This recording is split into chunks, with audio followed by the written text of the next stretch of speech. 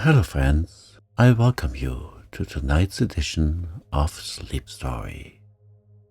Tonight you'll be transported to the stunning island of Bora Bora, where you've rented a luxurious, cozy cabin that sits serenely over the crystal clear waters. Let this journey into paradise soothe your mind and body, easing you gently into sleep. If you wish to skip this relaxation exercise, you can jump to the beginning of the story with the timestamp in the description. And now it is time to unwind. Find a comfortable position, either lying down in bed or reclining in a quiet place. Close your eyes and take a deep breath in, feeling the air fill your lungs. Slowly exhale, letting go of any tension or stress. Allow your breathing to become steady and natural as you prepare to begin your journey. Imagine you've just arrived on the breathtaking island of Bora Bora. It's dusk and the sky is painted in soft shades of pink, orange and purple as the sun begins to set over the horizon.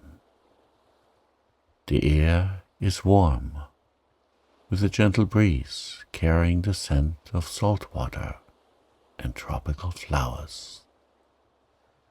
You feel the soft white sand beneath your feet as you make your way toward the pier that leads to your overwater cabin. You step onto the wooden pier, which stretches out over the calm turquoise lagoon. The water below is so clear that you can see colorful fish swimming lazily among the coral. Each step you take along the pier brings you closer to your private retreat. As you near the end of the pier, you see your cabin waiting for you. Perched gracefully above the water on sturdy wooden stilts. The cabin is a blend of traditional Polynesian design and modern luxury, with a thatched roof and large windows that offer panoramic views of the ocean. Soft, golden light spills out from inside, casting a warm, inviting glow. You push open the door and step inside, immediately enveloped by the cozy ambience. The interior is elegantly furnished with natural materials, teak wood, bamboo, and woven rattan. The floor is covered with a plush, hand-woven rug that feels soft under your feet. To your left, there is a large, inviting bed, draped in crisp white linens and surrounded by mosquito netting, giving it a romantic, airy feel. The bed is piled high with soft pillows and a lightweight duvet that promises a perfect night's sleep. To your right, large glass doors open onto a private deck that stretches out over the water. There's a comfortable lounge chair and a small table where you can sit and take in the beauty of the lagoon. You walk over to the deck and take a moment to breathe in the fresh, sea-scented air. The sound of the gentle waves lapping against the stilts beneath you is soothing, and you feel completely at peace. After a few moments of taking in the view, you return inside and prepare to settle down for the night. You walk over to the bed, feeling the soft, cool sheets against your skin as you lie down. The mattress cradles your body, supporting you perfectly. The windows are open just enough to let in the gentle breeze, which carries the calming sound of the ocean waves. As you lie in bed, take a deep breath in, imagining you are inhaling the essence of the island, the fresh ocean air, the scent of tropical flowers, and the warmth of the setting sun. Slowly exhale, letting go of any lingering tension in your face, in your neck, in your shoulders. With each breath, you feel yourself sinking deeper into the bed, your body growing heavier and more relaxed. The room around you grows quieter as the night settles in. The stars begin to twinkle in the sky, casting a soft light that reflects off the calm water below. You feel completely safe and at ease in this tranquil space. Allow yourself to be still, to fully embrace the comfort and serenity that surrounds you. As you continue to breathe slowly and deeply, your eyelids grow heavier and your mind begins to drift. The sound of the waves lull you into a deeper state of relaxation. Let go of the day. There is nothing you need to do now. Nowhere you need to be. You are safe. You are at ease. Allow yourself to float into a deep, peaceful sleep, surrounded by the gentle sounds and calming beauty of Bora Bora. Young Sigh. Mr. Bentley had just driven into the yard with the new summer boarder. Mrs. Bentley and Agnes were peeping at her from behind the parlor curtains with the keen interest that they, shut in by the restricted farm life, always felt in any visitor from the outside world, lying beyond the boundary of purple misted hills. Mrs. Bentley was a plump, rosy-cheeked woman with a motherly smile. Agnes was a fair, slim schoolgirl, as tall as her mother, with a sweet face and a promise of peach blossom prettiness in the years to come. The arrival of a summer boarder was a great event in her quiet life. "Ain't she pretty?" whispered Mrs. Bentley admiringly, as the girl came slowly up the green slope before the house. "I do hope she's nice. You can generally calculate on men boarders, but girls are doubtful. Preserve me from a cranky boarder. I've had enough of them. I kinda like her looks, though." Ethel Lennox had paused at the front door as Mrs. Bentley and Agnes came into the hall. Agnes gazed at the stranger with shy, unenvious admiration. The latter stood on the stone step, just where the big chestnut by the door cast flickering gleams and shadows over her dress and shining hair. She was tall and gowned in some simple white material that fell about her in graceful folds. She wore a cluster of pale pink roses at her belt, and a big, picturesque white hat shaded her face and the glossy, clinging masses of her red hair that was neither auburn nor chestnut, but simply red. Nor would anyone have wished it otherwise, having once seen that glorious mass, with all its wonderful possibilities of rippling luxuriance. Her complexion was of that perfect waxen whiteness that goes with burnished red hair, and the darkest of dilated violet eyes.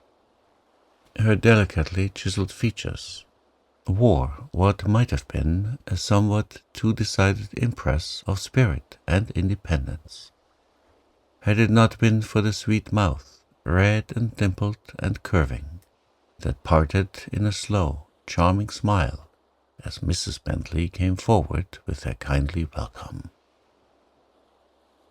"You must be real tired, Miss Lennox. It's a long drive from the train down here. Agnes, show Miss Lennox up to her room, and tea will be ready when you come down." Agnes came forward with the shy grace that always won friends for her, and the two girls went slowly up the broad, old-fashioned staircase, while Mrs. Bentley bustled away to bring in the tea and put a goblet of damask roses on the table. "She looks like a picture, doesn't she, John?" she said to her husband. "I never saw such a face. And that hair, too. Would you have believed red hair could be so handsome? She seems real friendly. None of your stuck-up fine ladies. I've had all I want of them, I can tell you." "Shh," said Mr. Bentley warningly, as Ethel Lennox came in with her arm about Agnes. She looked even more lovely without a hat, with the soft red tendrils of hair lying on her forehead. Mrs. Bentley sent a telegraphic message of admiration across the table to her husband, who was helping the cold tongue and feeling his way to a conversation. "You'll find it pretty quiet here, Miss Lennox. We're plain folks, and there ain't much going and coming. Maybe you don't mind that, though." "I like it. When one has been teaching school all year in a noisy city, quiet seems the one thing to be desired. Besides, I like to fancy myself something of an artist. I paint and sketch a little when I have time, and Miss Cortlandt, who was here last summer, said I could not find a more suitable spot. So I came, because I knew that mackerel fishing was carried on along the shore, and I would have a chance to study character among the fishermen. Well, the shore ain't far away, and it's pretty, though maybe us folks here don't appreciate it rightly, being as we're so used to it. Strangers are always going crazy over its picturesqueness, as they call it. As for character, I reckon you'll find all you want of that among the pointers. Anyway, I never seed such critters as they be. When you get tired of painting, maybe you can come amuse yourself trying to get to the bottom of our mystery." "Oh, have you a mystery? How interesting."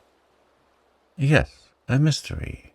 A mystery," repeated Mr. Bentley solemnly, "that nobody hain't been able to solve so far. I've given it up, so has everyone else. Maybe you'll have better luck." "But what is it?" "The mystery," said Mr. Bentley dramatically, "is young Cy. He's the mystery. Last spring, just when the herring struck in, a young chap suddenly appeared at the point. He appeared from what corner of the globe nobody ain't ever been able to make out. He bought a boat and a shanty down at my shore, and went into a sort of mackerel partnership with Snuffy Curtis. Snuffy supplied the experience and this young fellow the cash. I reckon Snuffy as poor as Job's turkey. It was a windfall for him, and there he's fished all summer. But his name, Young Si. Well, of course, that isn't it. He did give himself out as Brown, but nobody believes that's his handle. Sounds unnatural here. He bought his establishment from Old Si, who used to fish down there and was a mysterious old critter in a way too. So when this young fellow stepped in from goodness knows where, some of the pointers christened him Young Si for a joke, and he never gets anything else. Doesn't seem to mind it. He's a moody, keep-to-himself sort of chap. Yet he ain't unpopular alongshore, I believe. Snuffy was telling me they like him real well, considering his unsociableness. Anyways, he's as handsome a chap as I ever seed, and well educated too. He ain't none of your ordinary fisherman. Some of us kind of think he's a runaway, got into some scrape or another, maybe, and is sulking around here to keep out of jail. But wife here won't give in to that. No, I never will, said Mrs. Bentley firmly. Young Si comes here often for milk and butter, and he's a perfect gentleman. Nobody'll ever convince me that he has done anything to be ashamed of, whatever his reason for wasting his life down there at that shore.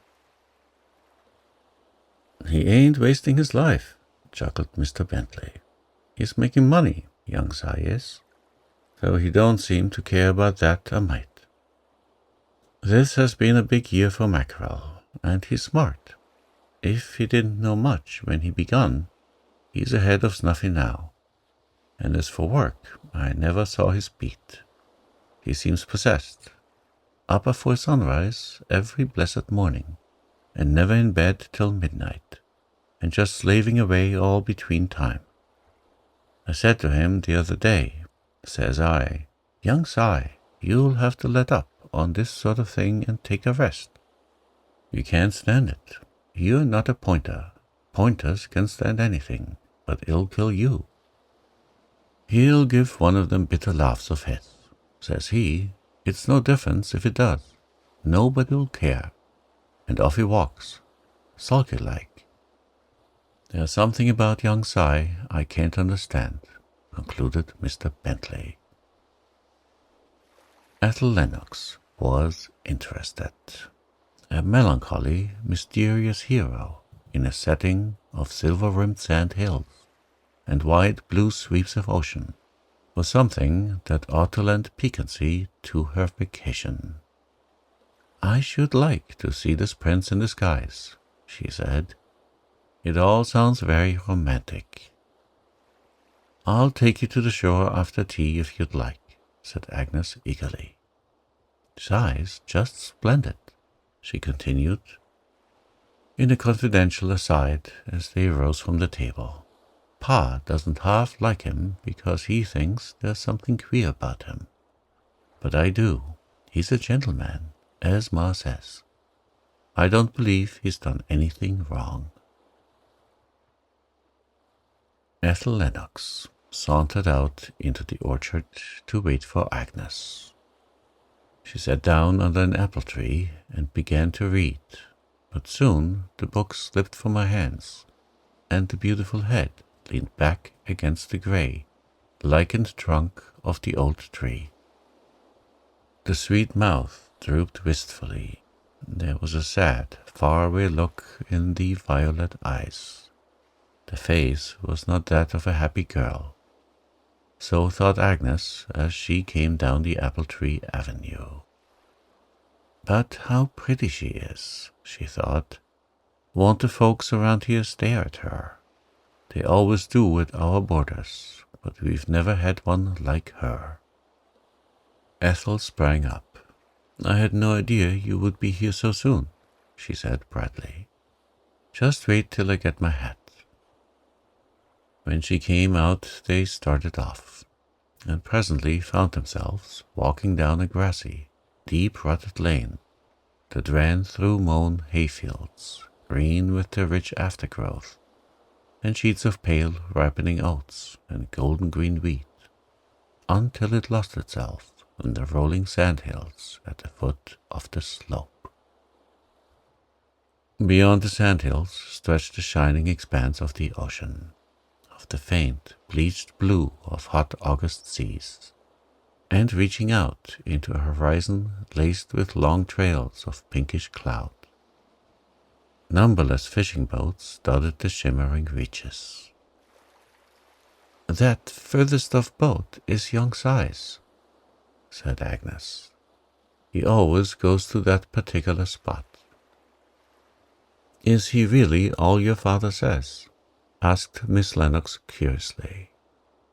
"Indeed he is. He isn't any more like the rest of the shoremen than you are. He's queer, of course. I don't believe he's happy. It seems to me he's worrying over something, but I'm sure it is nothing wrong. Here we are," she added, as they passed the sandhills and came out on the long, level beach. To the left, the shore curved around in a semicircle of dazzling whiteness. At the right stood a small grey fish house. "That's young Si's place," said Agnes. "He lives there night and day." "Wouldn't it make anyone melancholy?" "No wonder he's mysterious. I'm going to get his spyglass. He told me I might always use it." She pushed open the door and entered, followed by Ethel. The interior was rough but clean.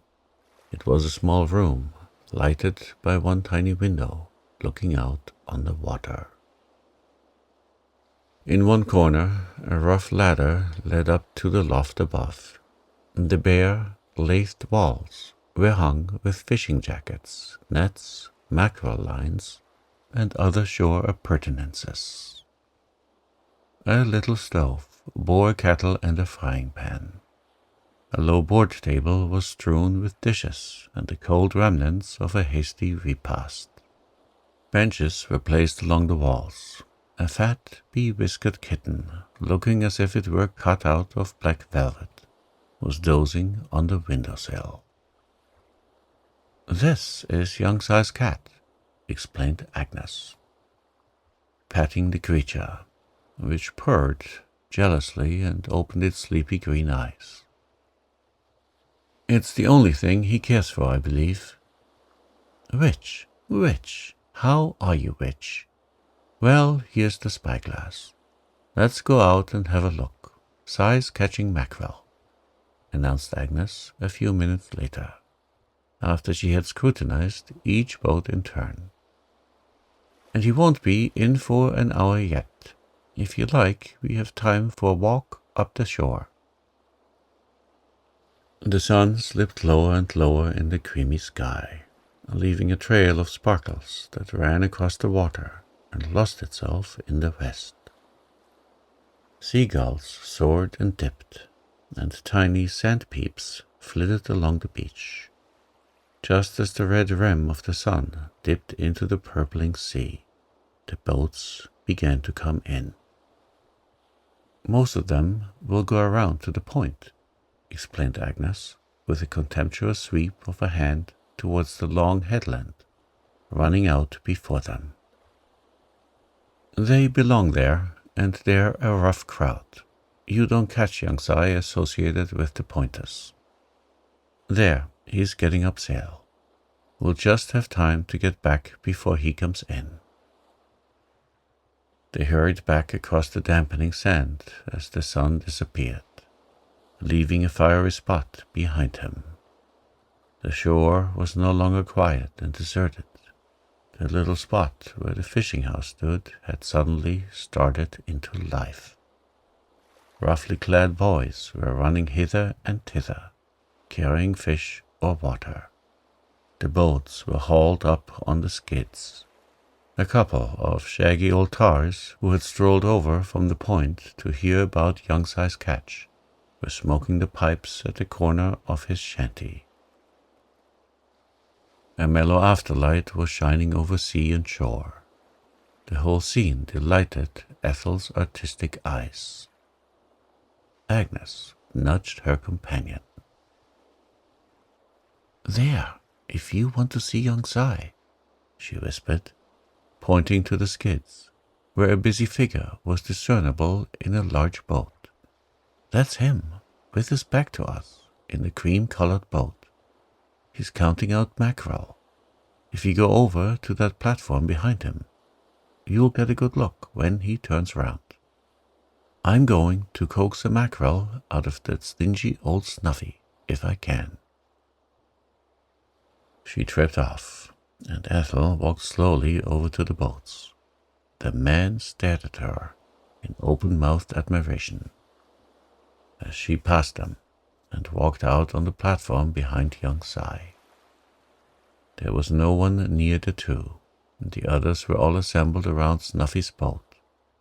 Young Sai was throwing out the mackerel with marvelous rapidity, but at the sound of a footstep behind him, he turned and straightened up his tall form. They stood face to face. "Miles! Ethel!" Young Sai staggered back against the mast, letting two silvery bloaters slip through his hands overboard. His handsome, sunburned face was very white. Ethel Lennox turned abruptly and silently and walked swiftly across the sand. Agnes felt her arm touched and turned to see Ethel standing, pale and erect, beside her. "Let us go home," said the latter unsteadily. "It is very damp here. I feel chilled." "Oh dear," exclaimed Agnes penitently. "I ought to have told you to bring a shawl. It is always damp on the shore after sunset. Here, Snuffy, give me my mackerel." "Thank you. I'm ready now, Miss Lennox." They reached the lane before Agnes remembered to ask the question Ethel dreaded. "Oh, did you see young Sai? And what do you think of him?" Ethel turned her face away and answered with studied carelessness. "He seems to be quite a superior fisherman, so far as I could see in the dim light. It was very dusky there, you know. Let us walk a little faster. My shoes are quite wet." When they reached home, Miss Lennox excused herself on the plea of weariness and went straight to her room. Back at the shore, young Sai had recovered himself and stooped again to his work. His face was set and expressionless. A dull red burned in each bronzed cheek. He threw out the mackerel mechanically, but his hands trembled. Snuffy strolled over to the boat. "See that handsome girl, Sai?" he asked lazily. "One of the Bentley's boarders, I hear. Looks as if she might have stepped out of a picture frame, don't she?" "We've no time to waste, Curtis," said young Sai harshly. "With all these fish to clean before bedtime, stop talking and get to work." Snuffy shrugged his shoulders and obeyed in silence. Young Sai was not a person to be trifled with. The catch was large, and it was late before they finished. Snuffy surveyed the full barrels complacently. "Good day's work," he muttered, "but hard. I am dead beat out. Lo, I'll go to bed. In the name of goodness, Sai, whar be you a-going to?" Young Sai had got into a dory and untied it. He made no answer, but rowed out from the shore. Snuffy stared at the dory blankly. until it was lost in the gloom. "If that don't beat all," he ejaculated. "I wonder if Si is in his right senses. He's been acting queer right along, and now that start off, Lord knows where, at this hour of night. I really don't believe it's safe to stay here alone with him." Snuffy shook his unkempt head dubiously. Young Si rode steadily out over the dark waves. An eastern breeze was bringing in a damp sea fog that blurred darkly over the outlines of horizon and shore. The young fisherman found himself alone in a world of water and grey mist. He stopped rowing and leaned forward on his oars. "To see her here of all places," he muttered. "Not a word, scarcely a look, after all this long heartbreak. Well, perhaps it is better so. And yet, to know she is so near, how beautiful she is. And I love her more than ever. That is where the sting lies. I thought that in this rough life, amid all these rude associations, where nothing could remind me of her, I might forget. And now—" He clenched his hands. The mist was all around and about him, creeping, impalpable, phantom-like. The dory rocked gently on the swell. From afar came the low, persistent murmur of the ocean. The next day, Ethel Lennox declined to visit Si's shore. Instead, she went to the point and sketched all day. She went again the next day, and the next. The point was the most picturesque part of the shore, she averred, and the types among its inhabitants most interesting. Agnes Bentley ceased to suggest another visit to Si's shore. She had a vague perception that her companion did not care to discuss that subject. At the end of a week, Mrs. Bentley remarked, "What in the world can have happened to young Si? It's a whole week since he was here for milk or butter." "He ain't sick, is he?" Mr. Bentley chuckled amusedly. "I low I can tell you the reason of that. Si's getting his stuff at Walden's now. I saw him going there twice this week. Liza Walden's got ahead of you at last, Mary." "Well, I never did," said Mrs. Bentley. "Well, young Si is the first that ever preferred Liza Walden's butter to mine. Everyone knows what hers is like. She never works her salt half in. Well, young Si is welcome to it, I'm sure. I wish him joy of his exchange." Mrs. Bentley rattled her dishes ominously. It was plain her faith in young Si had received a severe shock.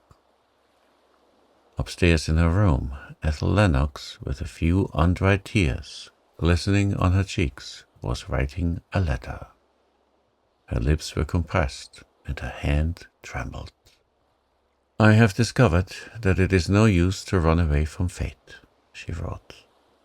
"No matter how hard we try to elude it, and how sure we are that we have succeeded, it will rise and meet us where we least expect it. I came down here tired and worn out, looking for peace and rest, and, lo, the most disquieting element of my life is here to confront me. I'm going to confess, Helen. Open confession is good for the soul, you know, and I shall treat myself to a good dose while the mood is on. You know, of course, that I was once engaged to Miles Leslie. You also know that engagement was broken last autumn for unexplained reasons. Well, I will tell you all about it, and then mail this letter speedily before I change my mind. It is over a year now since Miles and I first became engaged. As you are aware, his family is wealthy and noted for its exclusiveness. I was a poor schoolteacher, and you may imagine with what horror his relatives received the news of Miles's attentions to one whom they considered his inferior. Now that I have thought the whole matter over calmly, I scarcely blame them. It must be hard for aristocratic parents who have lavished every care upon a son, and cherished for him the highest hopes, when he turns from the woman of his own order to one considered beneath him in station. But I did not view the subject in this light then, and instead of declining his attentions, as I perhaps should have done, I encouraged them. I loved him so dearly, Nell, and in spite of family opposition, Miles soon openly declared his attachment. When his parents found they could not change his purpose, their affection for him forced them into outward acquiescence. But their reluctant condescension was gall and wormwood to me.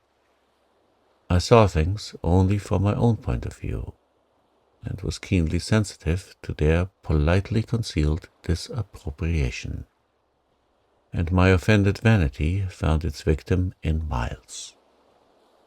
I belong to the class who admit and resent slights instead of ignoring them, as do the higher breed, and I thought he would not see those offered to me. I grew cold and formal to him. He was very patient, but his ways were not mine, and my manner puzzled and annoyed him. Our relations soon became strained, and the trifle necessary for an open quarrel was easily supplied. One evening I went to a large at-home given by his mother. I knew but a few, and as Miles was necessarily busy with his social duties to her guests, I was, after the first hurried greeting, left unattended for a while. Not being accustomed to such functions, I resented this as a covert insult, and, in a fit of jealous pique, I blush to own that I took the revenge of a peasant maid, and entered into a marked flirtation with Fred Curry, who had paid me some attention before my engagement. When Miles was at liberty to seek me, he found me, at all appearances, quite absorbed in my companion, and oblivious of his approach. He turned on his heel and went away, nor did he come near me the rest of the evening. I went home angry enough, but so miserable and repentant, that if Miles had been his usual patient self when he called the following evening, I would have begged his forgiveness. But I had gone too far. His mother was shocked by my gaucherie, and he was humiliated and justly exasperated. We had a short, bitter quarrel. I said a great many foolish, unpardonable things, and finally I threw his ring at him. He gave me a startled look then, in which there was something of contempt, and went away without another word. After my anger had passed, I was wretchedly unhappy. I realized how unworthily I had acted, how deeply I loved Miles, and how lonely and empty my life would be without him. But he did not come back, and soon afterward I learned he had gone away, whither no one knew, but it was supposed abroad. Well, I buried my hopes and tears in secret, and went on with my life as people have to do. A life in which I have learned to think, and which, I hope, has made me nobler and better. This summer I came here. I heard much about a certain mysterious stranger known as Young Si, who was fishing mackerel at this shore. I was very curious. The story sounded romantic. And one evening I went down to see him. I met him face to face, and Helen, it was Miles Leslie. For 1 minute, earth, sky, and sea reeled around me. The next I remembered all, and turned and walked away. He did not follow. You may be sure that I now religiously avoid that part of the shore. We have never met since, and he has made no effort to see me. It clearly shows that he despises me. Well, I despise myself. I am very unhappy, Nell, and not only on my own account, for I feel that if Miles had never met me, his mother would not now be breaking her heart for her absent boy. My sorrow has taught me to understand hers, and I no longer resent her pride. You need hardly be told after this that I leave here in another week. I cannot fabricate a decent excuse to go sooner, or I would. In the cool twilight, Ethel went with Agnes Bentley to mail her letter. As they stopped at the door of the little country store, a young man came around the corner. It was young Si. He was in his rough fishing suit, with a big herring net trailing over his shoulder, but no disguise could effectually conceal his splendid figure. Agnes sprang forward eagerly. "Si, where have you been? Why have you never been up to see us for so long?" Young Si made no verbal reply. He merely lifted his cap with formal politeness and turned on his heel. "Well, I never!" exclaimed Agnes, as soon as she recovered her powers of speech. "If that is how young Si is going to treat his friends, he must have got offended at something. I wonder what it is," she added, her curiosity getting the better of her indignation. When they came out, they saw the solitary figure of young Si, far adown, crossing the dim, lonely shore fields. In the dusk, Agnes failed to notice the pallor of her companion's face and the unshed tears in her eyes. "I've just been down to the point," said Agnes, coming in one sultry afternoon about a week later. "And little Ev said as there was no fishing today, he'd take us out for that sail tonight if you want to go." Ethel Lennox put her drawing away listlessly. She looked pale and tired. She was going away the next day, and this was to be her last visit to the shore. About an hour before sunset, a boat glided out from the shadow of the point. In it were Ethel Lennox and Agnes, together with little Ev, a sandy-haired, undersized pointer who owned the boat. The evening was fine, and an offshore breeze was freshening up rapidly. They did not notice the long, dark bank of livid clouds low in the northwest. "Isn't it glorious?" exclaimed Ethel. Her hat was trailing back from her head, and the red rings of her hair were blowing about her face. Agnes looked about her more anxiously. Wiser in matters of sea and shore than her companion, there were some indications she did not like. Young Si, who was standing with Snuffy at their skids, lowered his spyglass with a start. "It is Agnes Bentley and that boarder of theirs," he said anxiously. "And they've got out with little Ev in that wretched, leaky tub of his. Where are their eyes that they can see a squall coming up? And little Ev don't know as much about managing a boat as a cat," exclaimed Snuffy excitedly. "Sign 'em to come back." Si shook his head. "They're too far out. I don't know that the squall will amount to very much. In a good boat, with someone who knew how to manage it, they'd be all right. But with little Ev—" He began walking restlessly up and down the narrow platform. The boat was now some distance out. The breeze had stiffened to a slow, strong wind, and the dull grey level of the sea was whipped into white caps. Agnes bent towards Ethel. "It's getting too rough. I think we better go back. I'm afraid we're in for a thunder squall. Look at the clouds." The long, sullen muttering verified her words. "Little Ev," she shouted, "we want to go in." Little Ev, thus recalled to things about him, looked around in alarm. The girls questioned each other with glances of dismay.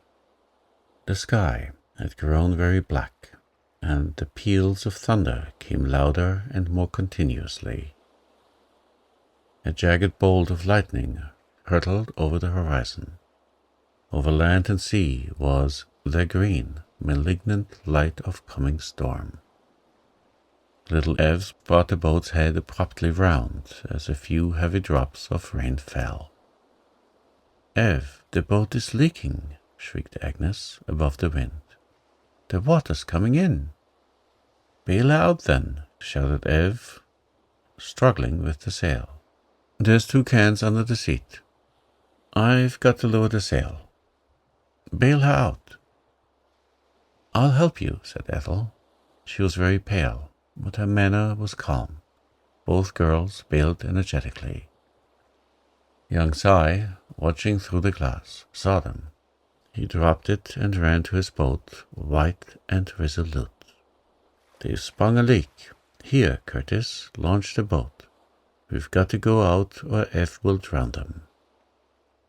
They shot out from the shore just as the downpour came, blotting out sea and land in one driving sheet of white rain. "Young Si is coming off for us," said Agnes. "We'll be all right if he gets here in time. This boat is going to sink sure." Little Ev was completely demoralized by fear. The girls bailed unceasingly, but the water gained every minute. Young Si was none too soon. "Jump, Ev," he shouted as his boat shot alongside. "Jump for your life." He dragged Ethel Lennox in as he spoke. Agnes sprang from one boat to the other like a cat, and little Ev jumped just as a thunderous crash seemed to burst above them, and air and sky were filled with blue flame. The danger was past, for the squall had few difficulties for Si and Snuffy. When they reached the shore, Agnes, who had quite recovered from her fright, tucked her dripping skirts about her and announced her determination to go straight home with Snuffy. "I can't get any wetter than I am," she said cheerfully. "I'll send Pa down in the buggy for Miss Lennox. Light the fire in the shanty, Si, and let her get dry. I'll be as quick as I can." Si picked Ethel up in his strong arms and carried her into the fish house. He placed her on one of the low benches and hurriedly began to kindle a fire. Ethel sat up dazedly and pushed back the dripping masses of her bright hair. Young Si turned and looked down at her with a passionate light in his eyes. She put out her cold, wet hands wistfully. "Oh, Miles," she whispered. Outside, the wind shook the frail building and tore the shuddering sea to pieces. The rain poured down. It was already settling in for a night of storm. But inside, young Si's fire was casting cheery flames over the rude room. And young Si himself was kneeling by Ethel Lennox, with his arm about her and her head on his broad shoulder.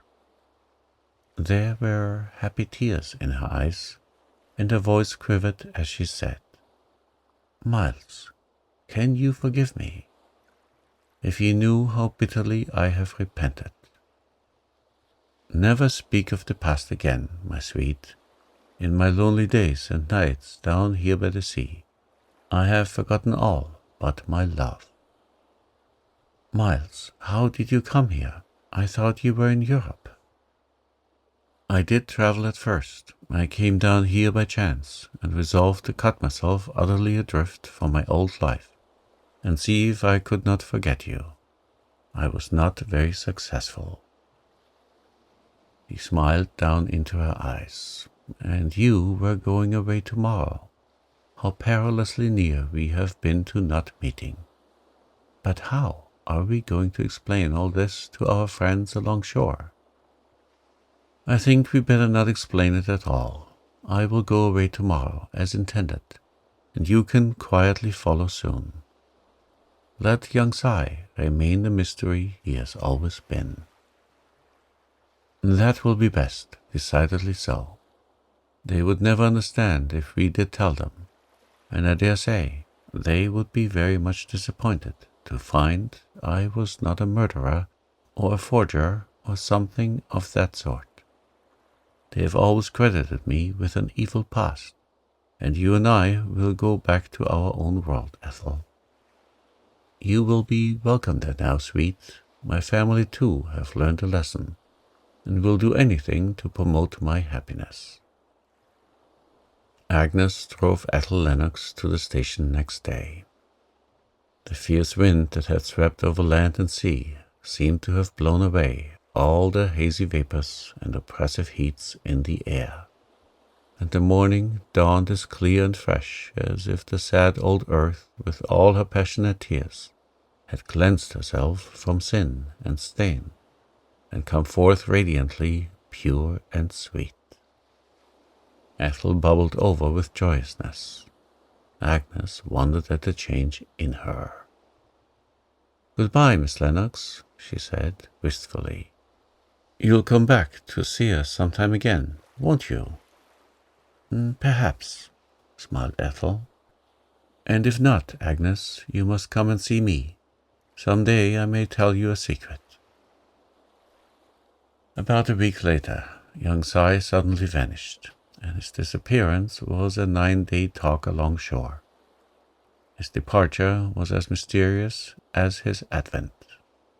It leaked out that he had quietly disposed of his boat and shanty to Snuffy Curtis, sent his mackerel off, and, that done, slipped from the Pointers' lives, never more to re-enter them.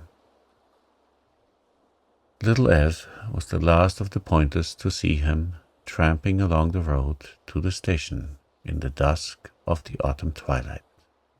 And the next morning, Agnes Bentley, going out of doors before the others, found on the doorstep a basket containing a small, vociferous black kitten with a card attached to its neck.